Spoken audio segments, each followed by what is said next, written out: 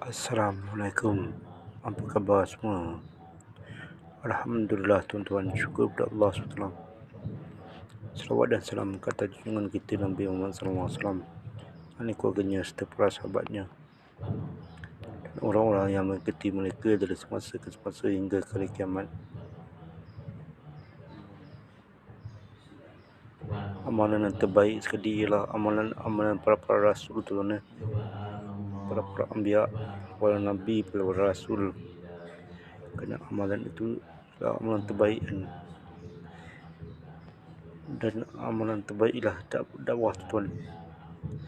Kerana dakwah ni merupakan tulang belakang agama lah, kan. Kalau kita tak buat dakwah, maka hidayah takkan tersebar.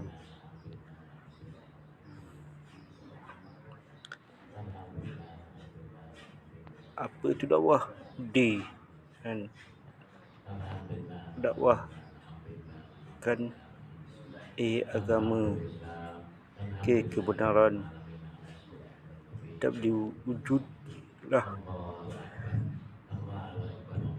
akan hidayah. Dakwah agama, kebenaran, wujud akan hidayah.